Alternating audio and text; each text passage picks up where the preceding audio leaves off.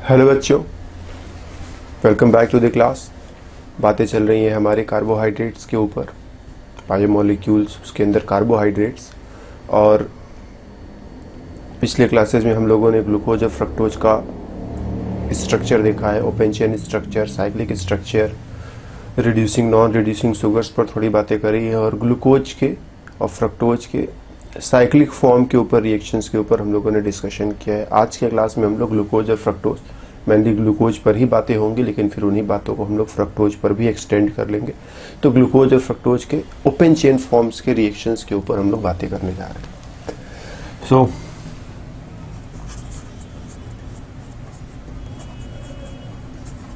Reactions of glucose and fructose in open chain form। Mainly हम लोग glucose पर ही बातें करेंगे और फिर उन्हीं बातों को हम लोग फ्रक्टोज पर भी एक्सटेंड कर लेंगे। तो ग्लूकोज का ओपन चेन फॉर्म बना लिया जाए, ये बना लिया हम लोगों ने।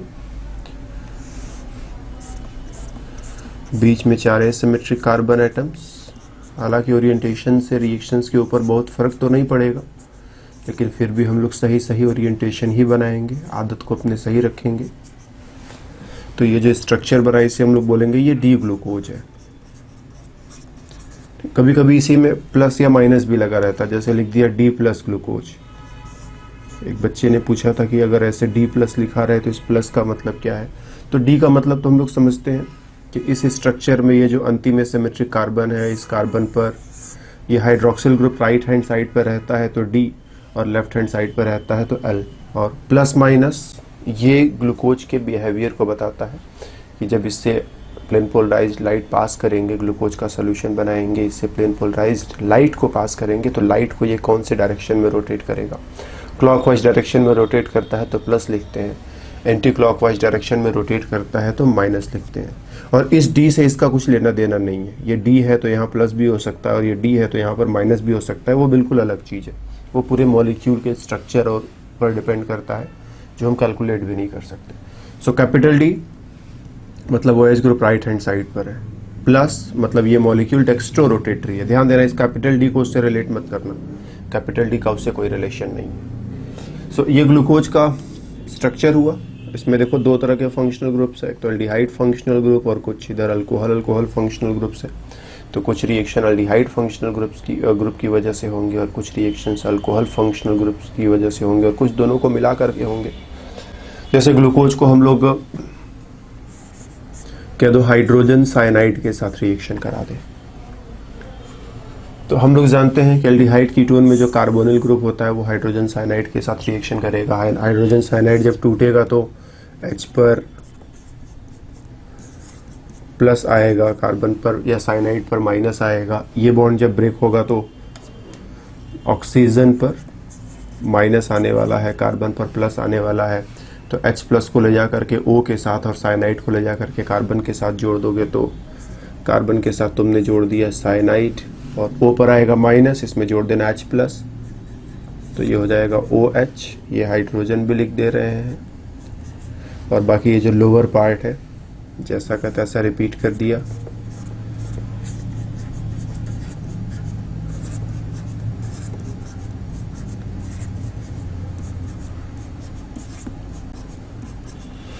तो ग्लूकोज और हाइड्रोजन साइनाइड आपस में रिएक्शन किए और ये बन गया cyanohydrin. Cyanohydrin of glucose, glucose का साइनोहाइड्रीन बना लिया। ग्लूकोज में ये 4 एसिमेट्रिक कार्बन एटम्स है, और ये साइनोहाइड्रीन में ये 4 एसिमेट्रिक कार्बन एटम्स तो है ही है, एक नया एसिमेट्रिक कार्बन भी बन गया। और ध्यान देना, ये एल्डिहाइड ग्रुप जो है प्लेनर होगा, और साइनाइड इस पर प्लेन के ऊपर से और प्लेन के नीचे से दोनों तरफ से रिएक्शन कर सकता है। तो यहाँ पर एसिमेट्रिक कार्बन पर इन ग्रुप्स का ओरिएंटेशन 2 तरह से लिखा जा सकता है। तुम हाइड्रोक्सिल को राइट हैंड साइड पर भी लिख सकते हो, लेफ्ट हैंड साइड पर भी लिख सकते हो, मतलब 2 आइसोमर्स बनेंगे, राइट, 2 आइसोमर्स बनेंगे। एक में हाइड्रोक्सिल राइट पर लिखा जाएगा, दूसरे में हाइड्रोक्सिल को लेफ्ट पर लिखा जाएगा।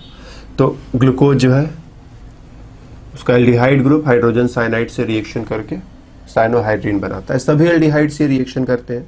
हम लोगों ने एल्डिहाइड और कीटोन पढ़ते समय पढ़ा भी था कि एल्डिहाइड और कीटोन्स में C डबल बॉन्ड O होता है और जब HCN के साथ इसका रिएक्शन कराते हो तो ये OH और CN, इलेक्ट्रॉन इधर जाएगा, ऑक्सीजन पर माइनस आएगा, इसमें से H+ इसको दे देना तो OH हो जाएगा, साइनाइड को ला करके कार्बन पर जोड़ देना तो साइनोहाइड्रीन। इस तरह से सभी एल्डिहाइड और कीटोन्स इस रिएक्शन को करते हैं। तो ग्लूकोज में जो है एल्डिहाइड ग्रुप है तो वो आसानी से HCN के साथ रिएक्शन करेगा। इसी तरह से फ्रक्टोज भी, उसमें भी C डबल बॉन्ड O है, कीटोन वाला C डबल बॉन्ड O, तो कीटोन भी ये रिएक्शन करेगा, मतलब फ्रक्टोज भी ये रिएक्शन करता। फिर एक रिएक्शन, फिर से एक बार ग्लूकोज हम लोग बना ले।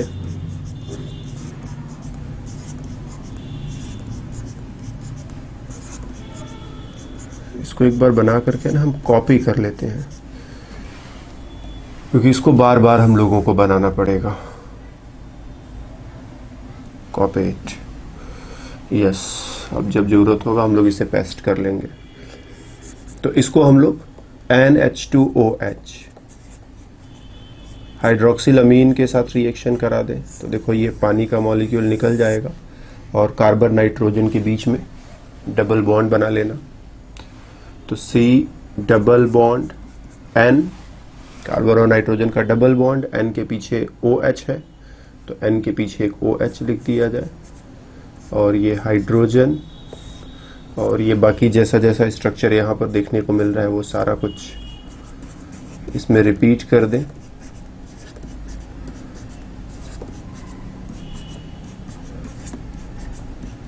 और इस लाइन को हम वेवी लाइन से बना रहे हैं ना, नाइट्रोजन के पास एक लोन पेयर है तो हम लोग जानते हैं ना कार्बन नाइट्रोजन डबल बॉन्ड के अराउंड जियोमेट्रिकल आइसोमरिज्म पाया जा सकता है।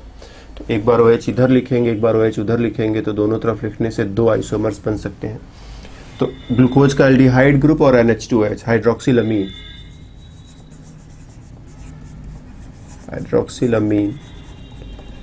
दोनों मिलकर के ऑक्साइम बना रहे हैं। सभी एल्डिहाइड्स और कीटोन्स ये रिएक्शन करते हैं, कोई भी एल्डिहाइड है कोई भी कीटोन है उसमें C डबल बॉन्ड O होगा, और जब तुम उसको हाइड्रोक्सिलअमीन के साथ रिएक्शन करने का मौका दोगे तो पानी का मॉलिक्यूल ये निकलेगा और C double bond NOH oxime बन जाएगा। तो ग्लूकोज में एल्डिहाइड ग्रुप है, ग्लूकोज भी ये रिएक्शन करेगा। इसी तरह से फ्रक्टोज में C double bond O ketone के फॉर्म में होता है तो फ्रक्टोज भी ये रिएक्शन करेगा। जैसे यहाँ पर ग्लूकोज का ऑक्साइम बना है वैसे वहाँ पर फ्रक्टोज का ऑक्साइम तुम बना सकते हो। तो ग्लूकोज ने हाइड्रोजन साइनाइड के साथ रिएक्शन किया, साइनोहाइड्रीन बना डाला। ग्लूकोज ने हाइड्रोक्सिलअमीन के साथ रिएक्शन किया, ऑक्साइम बना डाला। अब तुमसे अगर पूछा जाए कि बताओ क्या इन दोनों रिएक्शंस को देख करके हम ये कह सकते हैं कि ग्लूकोज में एल्डिहाइड ग्रुप रहा होगा या ग्लूकोज में पक्का एल्डिहाइड ग्रुप होगा, तो हम बोलेंगे नहीं, क्योंकि ये रिएक्शन एल्डिहाइड और कीटोन दोनों ही करते हैं, इसीलिए हम पक्का नहीं कह सकते कि ग्लूकोज में एल्डिहाइड ग्रुप ही है। हम ग्लूकोज को लैब में ले गए, हाइड्रोजन साइनाइड से रिएक्शन कराया, रिएक्शन हो गया, हाइड्रोक्सिलअमीन से रिएक्शन कराया, फिर से रिएक्शन हो गया, और दोनों रिएक्शंस होने के बाद हम ये कंफर्म नहीं कर सकते कि ग्लूकोज में एल्डिहाइड ग्रुप है। सपोज हमें ग्लूकोज का स्ट्रक्चर थोड़ी देर के लिए नहीं पता है, हम लोग अपने रिएक्शन के रिजल्ट के बेसिस पर ये कहना चाहें कि इसमें एल्डिहाइड ग्रुप है कि नहीं, तो हम बोलेंगे एल्डिहाइड और कीटोन में से कोई एक है, लेकिन हाँ एल्डिहाइड है, अभी ये पक्का नहीं कहा जा सकता। अभी हम लोगों को कुछ ऐसे रिएक्शंस करने होंगे जिससे हम ये डिफरेंस कर सकें कि हाँ एल्डिहाइड ही है, कीटोन नहीं है। तो एल्डिहाइड और कीटोन में अंतर करने के लिए हम लोग मेनली करते क्या है, बहुत बार हम लोग टॉलेंस रिएजेंट का इस्तेमाल करते हैं, फेहलिंग सॉल्यूशन का इस्तेमाल करते हैं, या फिर बेनेडिक्ट सॉल्यूशन का इस्तेमाल करते हैं। लेकिन पिछली क्लास में हम लोगों ने पढ़ा था रिड्यूसिंग और नॉन रिड्यूसिंग शुगर में कि ग्लूकोज में एल्डिहाइड ग्रुप होता है, फ्रक्टोज में कीटोन ग्रुप होता है। तो एल्डिहाइड्स जो होते हैं, जनरल एल्डिहाइड इन तीनों के साथ पॉजिटिव टेस्ट देते हैं, जनरल कीटोन इन तीनों के साथ पॉजिटिव टेस्ट नहीं दे पाते हैं। तो ग्लूकोज को पॉजिटिव टेस्ट देना चाहिए था, फ्रक्टोज को पॉजिटिव टेस्ट नहीं देना चाहिए था, लेकिन हम लोगों ने देखा था कि ग्लूकोज और फ्रक्टोज दोनों ही इन रिएजेंट्स के साथ पॉजिटिव टेस्ट देते हैं। तो नॉर्मल एल्डिहाइड कीटोन में तो इनकी मदद से अंतर किया जा सकता है, लेकिन ग्लूकोज और फ्रक्टोज में इनकी मदद से अंतर नहीं किया जा सकता। तो ग्लूकोज में एल्डिहाइड ग्रुप है, उसका कन्फर्मेशन इन तीनों की मदद से नहीं किया जा सकता। तो हम लोग एक और ऑक्सीडाइजिंग एजेंट इस्तेमाल करेंगे, ब्रोमीन वाटर। ये एक वीक ऑक्सीडाइजिंग एजेंट है, वीक ऑक्सीडाइजिंग एजेंट, जो अगर एल्डिहाइड्स के साथ अप्लाई किया जाए तो एल्डिहाइड्स का ऑक्सीडेशन कर देगा और ऑक्सीडेशन करके कार्बोक्सिलिक एसिड बना लेगा। लेकिन अगर किसी कीटोन के साथ, जनरल कीटोन के साथ अप्लाई किया जाए कि इसका भी ऑक्सीडेशन होगा क्या, तो ऑक्सीडेशन नहीं होगा।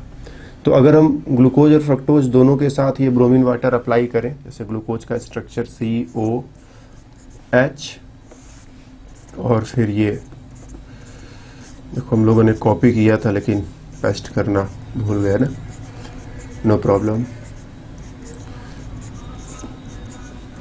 तो ये ग्लूकोज का स्ट्रक्चर है, इसमें एल्डिहाइड ग्रुप है, और ये फ्रक्टोज का स्ट्रक्चर है, इसमें कीटोन ग्रुप है।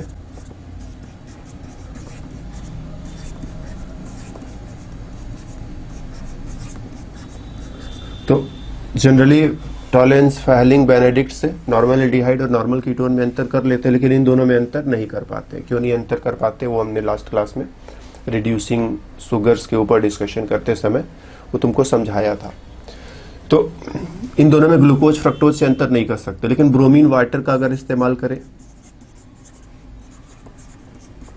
ब्रोमीन वाटर, तो ये एल्डिहाइड ग्रुप ये ऑक्सीडाइज हो जाएगा और बन जाएगा कार्बोक्सिलिक एसिड ग्रुप।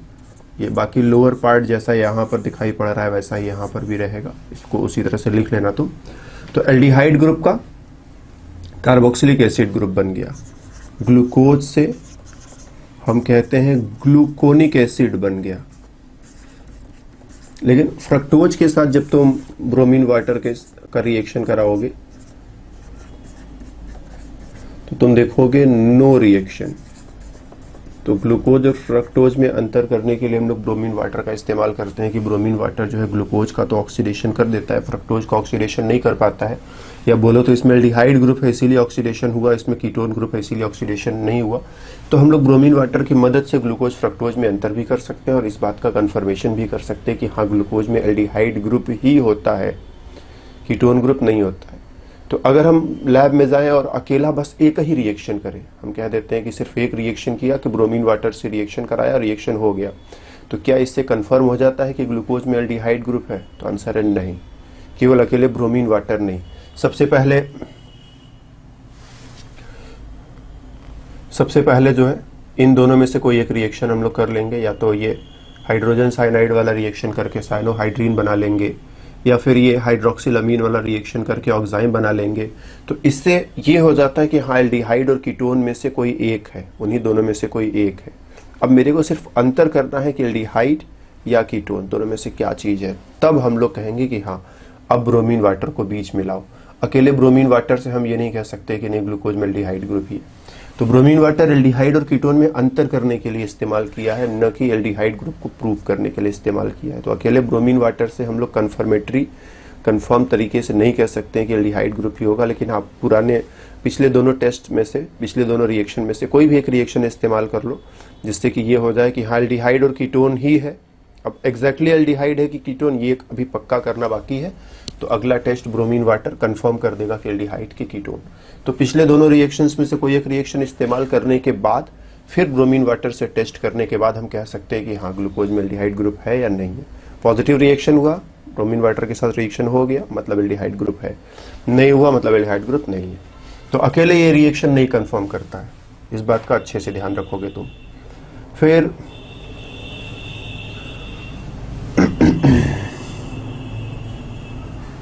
यस,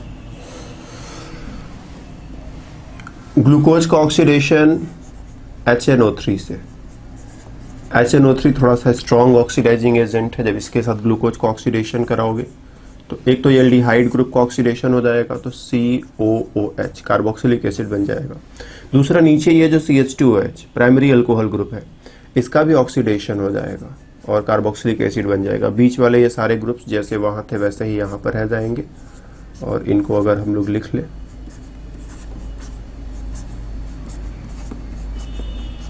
तो ग्लूकोज का HNO3 से ऑक्सीडेशन कराने पर ग्लूकैरिक एसिड, ग्लूकैरिक एसिड और सैकरिक एसिड बन जाता है। इस मॉलिक्यूल को ग्लूकैरिक एसिड भी कहते हैं, सैकरिक एसिड भी कहते हैं। तो ग्लूकोज का ऑक्सीडेशन HNO3 के साथ करा करके हम इस मॉलिक्यूल तक पहुंच जाएंगे जिसे ग्लूकैरिक एसिड या सैकरिक एसिड कहते हैं। रिडक्शन की बात करें थोड़ी सी,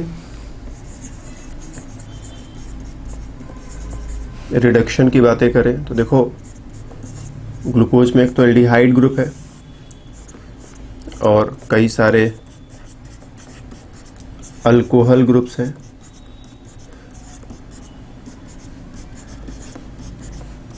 तो इस एल्डिहाइड ग्रुप का रिडक्शन कराया जा सकता है।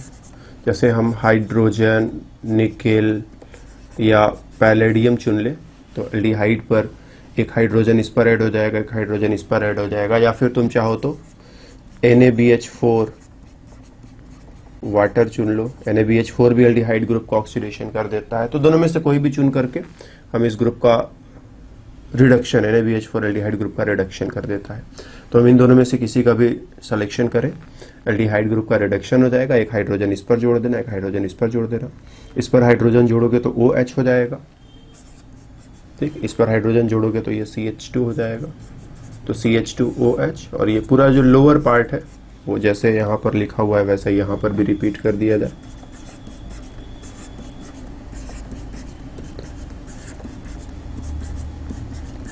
तो कुछ ऐसा स्ट्रक्चर हमको बनता हुआ दिखाई पड़ेगा। ये रहा तुम्हारा ग्लूकोज, ठीक, ग्लूकोज, और ग्लूकोज का रिडक्शन हुआ तो ग्लूसीटॉल या सॉर्बिटॉल, ठीक। अगर ये रिएक्शंस तुमको आते होंगे जैसे हाइड्रोजन, निकेल, पैलेडियम या फिर सोडियम बोरोहाइड्राइड कैसे काम करता है, ये सारे रिएक्शंस तुमको आते होंगे तब तुम इसको एंजॉय कर रहे होगे। अगर ये रिएक्शंस नहीं आते तो यहाँ पर तुम्हें थोड़ी परेशानी हो रही होगी ना। तो एल्डिहाइड कीटोन चैप्टर को हम अच्छे से पढ़ने को सजेस्ट करेंगे। वो चैप्टर पर जितनी अच्छी पकड़ रहेगी, अल्कोहल पर, एल्डिहाइड पर, कीटोन पर जितनी अच्छी पकड़ रहेगी, ग्लूकोज में कुछ रखा नहीं है। एल्डिहाइड और कीटोन्स और अल्कोहल्स के रिएक्शंस बार बार ग्लूकोज में रिपीट होते रहते हैं। तो ग्लूकोज, फ्रक्टोज, कार्बोहाइड्रेट, इन सबको पढ़ने के लिए पीछे से एल्डिहाइड और कीटोन चैप्टर पर हमारी पकड़ अच्छी होनी चाहिए। तो ग्लूकोज का रिडक्शन कराया हाइड्रोजन निकेल के साथ या हाइड्रोजन पैलेडियम के साथ या सोडियम बोरोहाइड्राइड एंड वाटर के साथ। Then we see aldehyde group का रिडक्शन हुआ, अल्कोहल बन गया और ग्लूसीटॉल।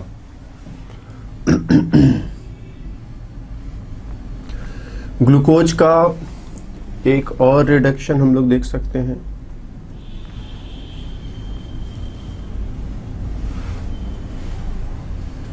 ग्लूकोज का reduction HI and red phosphorus बहुत ही स्ट्रॉन्ग ऑक्सीडाइजिंग एजेंट है। जितने भी इसमें फंक्शनल ग्रुप्स दिखाई पड़ रहे हैं सबका कंप्लीट रिडक्शन, एक भी ऑक्सीजन इस मॉलिक्यूल में बचेगा नहीं। सब हाइड्रोजन हाइड्रोजन हाइड्रोजन और हाइड्रोजन और हाइड्रोजन और हाइड्रोजन, जितने भी ऑक्सीजन थे सब पूरी तरह से समाप्त। कंप्लीट रिडक्शन, कंप्लीट रिडक्शन कराया तो कार्बन चेन बचा और कार्बन चेन के साथ hydrogen hydrogen, normal hexane, normal hexane. इस रिएक्शन से प्रूव होता है कि ग्लूकोज से नॉर्मल हेक्सेन बनता है। इससे यह भी प्रूव होता है कि हाँ, ग्लूकोज में 6 कार्बन एटम्स की एक कंटिन्यूअस चेन है, क्योंकि जो प्रोडक्ट है उसमें कार्बन एटम की चेन कंटिन्यूअस है, ब्रांच्ड नहीं है ना। 6 कार्बन एटम्स अगर ऐसे लगे हैं तो तुम कहते हो कंटिन्यूअस। 6 कार्बन एटम्स अगर ऐसे लगे हैं या फिर किसी और तरीके से लगे हैं, किसी और तरीके से लगे हैं तो तुम बोलोगे कि ये ब्रांच्ड कार्बन चेन है। तो यहां पर देख सकते हो ना, कोई ब्रांचिंग नहीं है। तो इससे ये प्रूव होता है कि ग्लूकोज में भी जो है कार्बन एटम्स की जो चेन है वो ब्रांच्ड नहीं है। कार्बन एटम की चेन ग्लूकोज के अंदर ब्रांच्ड नहीं है। क्यों ब्रांच्ड नहीं है? क्योंकि कंप्लीट रिडक्शन करने के बाद जो मॉलिक्यूल मिला है उसमें कार्बन चेन में कोई ब्रांचिंग नहीं है, नॉर्मल हेक्सेन मिला है। तो इस रिएक्शन से प्रूव होता है कि ग्लूकोज में कार्बन चेन जो है वो ब्रांच्ड नहीं है, राइट। तो इस वे में ग्लूकोज के ओपन चेन फॉर्म में कुछ रिएक्शंस देखे हम लोगों ने। कभी कभी बात होती है कि रिएक्शंस के जरिए ग्लूकोज का स्ट्रक्चर प्रूव करना, ठीक। एक और रिएक्शन हम लोग देखते हैं, फिर आते हैं।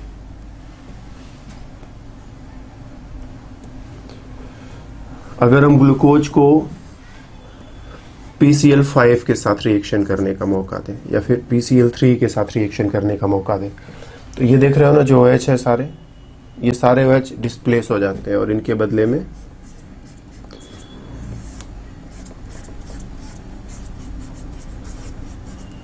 क्लोरीन क्लोरीन आ जाता है। तो पेंटाक्लोराइड टाइप का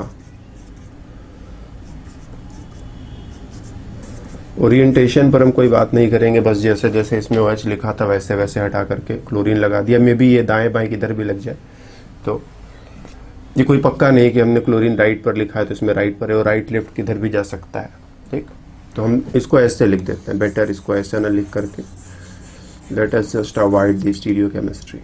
carbon carbon carbon carbon, CH2 Cl, chlorine chlorine chlorine chlorine, hydrogen hydrogen hydrogen hydrogen, कुछ ऐसा। तो 5 बार हाइड्रोक्सिल ग्रुप थे तो 5 बार क्लोरीन आ गया। अब क्लोरीन राइट पर है कि लेफ्ट पर है उस पर हम लोग बात नहीं कर रहे हैं। ठीक, वो कॉम्प्लिकेटेड पॉइंट है तो उसको छोड़ ही दिया हमने पूरी तरह से। जस्ट 5 हाइड्रोक्सिल ग्रुप थे, 5 बार क्लोरीनेशन हो गया। तो एक ये भी रिएक्शन हम लोग ध्यान में रखें। कभी कभी होता है कि रिएक्शंस के जरिए ग्लूकोज का स्ट्रक्चर प्रूव करो, तो हम लोग कैसे प्रूव करेंगे? हम लोग कहेंगे ग्लूकोज को लैब में ले जाओ, पता करो कि इसमें क्या क्या है।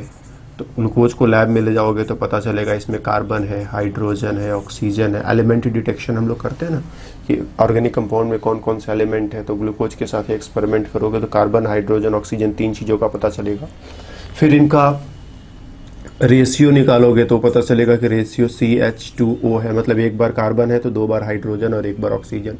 फिर इसका मॉलिक्यूलर फॉर्मूला निकालोगे तो पता चलेगा कि CH2O जो है वो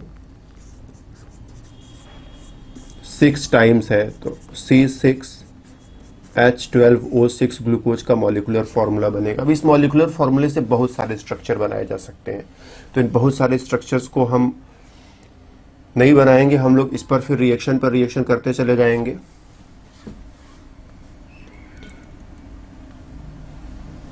रिएक्शन पर रिएक्शन करते चले जाएंगे और देखेंगे कि इसका स्ट्रक्चर कैसा है। तो हम लोगों ने अभी अभी ऊपर देखा है कि ग्लूकोज को जब हम लोग हाइड्रोजन आयोडाइड और रेड फास्फोरस से ट्रीट करते हैं तो हम लोगों को नॉर्मल हेक्सेन मिल जाता है। तो इससे पता चलता है कि ग्लूकोज के अंदर जो कार्बन चेन है वो 6 कार्बन एटम्स आपस में कंटिन्यूअसली कनेक्टेड है। फिर इसके अंदर कौन सा फंक्शनल ग्रुप है, तो हम लोगों ने पढ़ा था कि ग्लूकोज को अगर हम क्या करें HCN के साथ रिएक्शन करा दें तो साइनोहाइड्रीन बन जाता है। साइनोहाइड्रीन बन जाता है। ग्लूकोज को NH2OH के साथ रिएक्शन करा दे तो ऑक्साइम बन जाता है। इससे पता चलता है कि ग्लूकोज में या तो एल्डिहाइड होगा या फिर कीटोन होगा। ठीक, एल्डिहाइड या कीटोन। और फिर जब हम ग्लूकोज को ब्रोमीन वाटर से ट्रीट करते हैं तो ऑक्सीडेशन हो जाता है और ग्लूकोनिक एसिड बन जाता है। इससे पता चलता है कि एल्डिहाइड और कीटोन में से एल्डिहाइड ही है, एल्डिहाइड ही है। तो अब हम क्या करेंगे, हम बोलेंगे 6 कार्बन एटम्स की चेन हो गई, और 6 कार्बन एटम्स की चेन होने का मतलब किसी या तो इस कार्बन पर या तो इस कार्बन पर एक एल्डिहाइड ग्रुप बना लिया जाए। बाकी के कार्बन पर क्या करें, मॉलिक्यूलर फॉर्मूला देख रहे हैं C6H12O6। तो ये जो 6 ऑक्सीजन है, एक ऑक्सीजन तो सेटल हो गया है, इसका डबल बॉन्ड इक्विवेलेंट जब हम निकालेंगे तो डबल बॉन्ड इक्विवेलेंट आएगा 1। बनाने का मतलब इसमें सिर्फ एक ही बार पाई बॉन्ड या रिंग बना सकते हो, वो हम बना चुके हैं।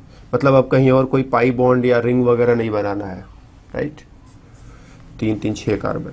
तो अब ये जो सारे ऑक्सीजन है सब सिंगल बॉन्ड से कनेक्टेड है। सिंगल बॉन्ड से कनेक्टेड होने का मतलब अब ये अल्कोहल ही अल्कोहल हो सकते हैं और इसमें कुछ तुम बना नहीं सकते हो ना। कार्बन चेन कंटिन्यूअस था, नॉर्मल हेक्सेन होने से पता चला। अब इसमें तुम ऑक्सीजन जोड़ोगे तो ऑक्सीजन जोड़ करके केवल और केवल तुम ज़्यादा से ज़्यादा अल्कोहल बना सकते हो। अल्कोहल के अलावा और कुछ बनाना चाहो तो बना भी नहीं सकते हो। एक साथ 2 अल्कोहल ग्रुप एक ही कार्बन पर भी नहीं रख सकते हो, क्योंकि एक साथ 2 अल्कोहल ग्रुप एक ही कार्बन पर रखोगे तो अनस्टेबल हो जाएगा। तो इसीलिए सभी जो 5 ऑक्सीजन बचे हैं सबको अलग अलग कार्बन पर लगाएंगे तो ग्लूकोज का अब ये स्ट्रक्चर अपने सामने आएगा। फिर ये स्ट्रक्चर अपने सामने आया, इसमें 5 हाइड्रोक्सिल ग्रुप होते हैं, वो PCl5 वाले रिएक्शन से कुछ कुछ प्रूव किया जा सकता है।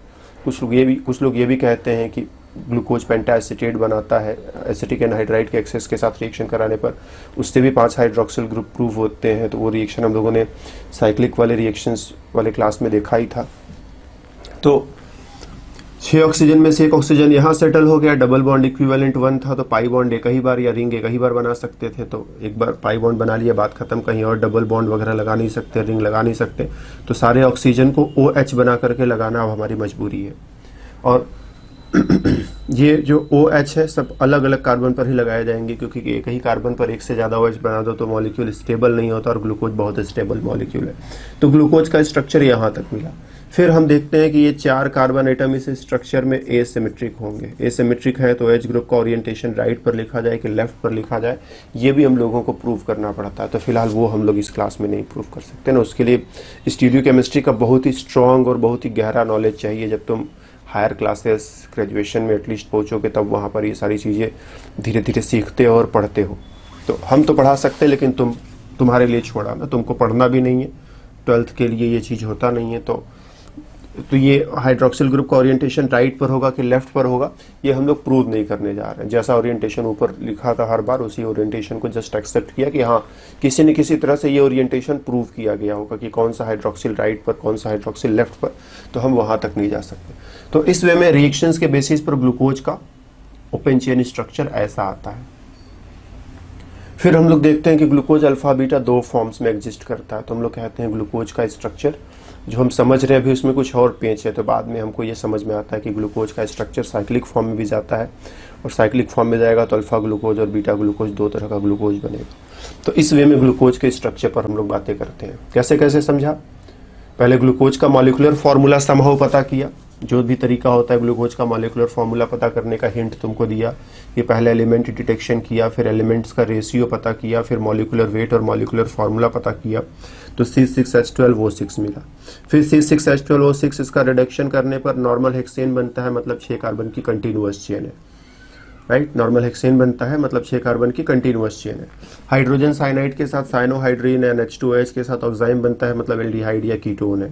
ब्रोमीन वाटर से ऑक्सीडेशन हो रहा है, मतलब उसमें एल्डिहाइड ग्रुप ही रहा होगा, ये कंफर्म पता चलता है। तो हम लोगों ने एक एल्डिहाइड ग्रुप बनाया, बाकी के सभी कार्बन्स पर एक एक OH अपने को लगाना ही पड़ेगा, डबल बॉन्ड इक्विवेलेंट को ध्यान में रखते हुए। और कौन से हाइड्रोक्सिल ग्रुप का ओरिएंटेशन किधर की तरफ है, ये चीज़ जो है बहुत ही कॉम्प्लिकेटेड है। स्टीरियोकेमिस्ट्री का गहरा नॉलेज चाहिए, कुछ मॉलिक्यूल्स का एक्सपीरियंस भी चाहिए, और हम लोग के सिलेबस में है भी नहीं, तो हमें वो पढ़ना भी नहीं, राइट। तो जस्ट इग्नोर दैट। फिर कौन सा ग्रुप लेफ्ट राइट में लिखा जाएगा वो प्रूव किया जा सकता है, लेकिन हम प्रूव नहीं कर रहे। तो ग्लूकोज का रफ स्ट्रक्चर ऐसा, और प्रॉपर ओरिएंटेशन के साथ कैसे लिखा जाता है अब तुम जानते हो। फिर ग्लूकोज का स्ट्रक्चर साइक्लिक भी होता है। कैसे पता चला? क्योंकि ग्लूकोज 2 फॉर्म्स अल्फा और बीटा फॉर्म्स में एग्जिस्ट कर रहा है, जो कि साइक्लिक स्ट्रक्चर के बिना पॉसिबल नहीं है।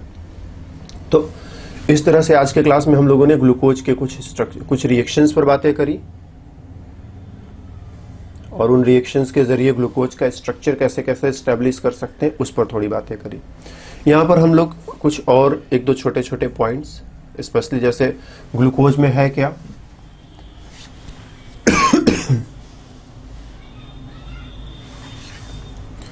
ग्लूकोज में देखो एल्डिहाइड ग्रुप है, तो एल्डिहाइड ग्रुप है तो इसको NaHSO3 के साथ रिएक्शन करना चाहिए, लेकिन ये रिएक्शन नहीं करता है।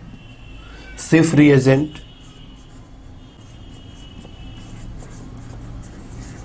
रिएजेंट भी एल्डिहाइड के साथ पिंक कलर प्रोड्यूस करता है, ठीक, नॉर्मल एल्डिहाइड के साथ करता है, लेकिन ग्लूकोज के साथ NaHSO3 नॉर्मल एल्डिहाइड्स के साथ रिएक्शन करता है, लेकिन ग्लूकोज में एल्डिहाइड ग्रुप होने के बावजूद ये रिएक्शन नहीं हो पा रहा है। सिर्फ रिएजेंट नॉर्मल एल्डिहाइड्स के साथ रिएक्शन करके पिंक कलर प्रोड्यूस करता है, लेकिन ग्लूकोज में एल्डिहाइड ग्रुप होने के बावजूद भी ये रिएक्शन नहीं हो पा रहा है। तो कुछ ऐसे भी रिएक्शंस है जो एल्डिहाइड ग्रुप के साथ तो हो जाता है, लेकिन ग्लूकोज के साथ नहीं हो पा रहा। What is the reason? Reason क्या हो सकता है? तो रीजन ये हो सकता है कि इसमें एल्डिहाइड ग्रुप बिल्कुल इंडिपेंडेंट नहीं है, ये बाकी के 5 हाइड्रोक्सिल ग्रुप्स हैं, फिर इसी के साथ मिलकर के साइक्लाइजेशन भी कर देते हैं। तो जब हम लोगों ने साइक्लिक स्ट्रक्चर और म्यूटा रोटेशन के बारे में स्पेशली दूसरे क्लास में पढ़ा था, तो वहाँ पर हम लोगों ने समझा था कि इक्विलिब्रियम पर जो ओपन चेन फॉर्म होता है वो बहुत थोड़ा सा होता है। मेनली अल्फा फॉर्म होता है नियरली 36%, बीटा फॉर्म होता है नियरली 64%, ओपन चेन फॉर्म बहुत थोड़ा सा 0.02% होता है। तो ओपन चेन फॉर्म या एल्डिहाइड फॉर्म बहुत थोड़ा सा होने की वजह से सभी एल्डिहाइड वाले रिएक्शंस नहीं हो पाएंगे। कुछ रिएक्शंस होते हैं, कुछ रिएक्शंस नहीं होते हैं। स्पेशली जो रिएक्शंस रिवर्सेबल है उनमें परेशानी आएगी। तो ये दोनों वैसे रिएक्शंस है, दोनों काफ़ी अच्छे से रिवर्सेबल है। तो इन रिएक्शंस को कराने में नॉर्मल एल्डिहाइड तो सक्सेसफुल हो जाते हैं, बट ग्लूकोज में एल्डिहाइड ग्रुप होने के बावजूद ये सोडियम बाइसल्फाइड से रिएक्शन नहीं कर पा रहा है, सिर्फ फ्री एजेंट से रिएक्शन नहीं कर पा रहा है। So that's all for this class. इस क्लास में हमारी बातें इतने पर ही रुकेंगी कि ग्लूकोज किस किस तरह के, मतलब ग्लूकोज के बहुत सारे रिएक्शंस हैं। क्लास 12th के हिसाब से हम लोगों को थोड़ा लिमिटेड बातें भी करनी होती है। हम सारा ज्ञान यहाँ पर नहीं झाड़ देना चाहते, उतना ही जितना हम लोग को पढ़ना ज़रूरी है। तो क्लास 12th और रिलेटेड एग्जाम्स को ध्यान में रखते हुए जितनी बातें ग्लूकोज के ओपन चेन फॉर्म के रिएक्शंस के ऊपर करनी चाहिए वो हमने करी। इस क्लास में हमारी तरफ से इतना ही। फिर मिलेंगे अगले क्लास में, तो बातें और भी होंगी। तब तक के लिए बाय बाय।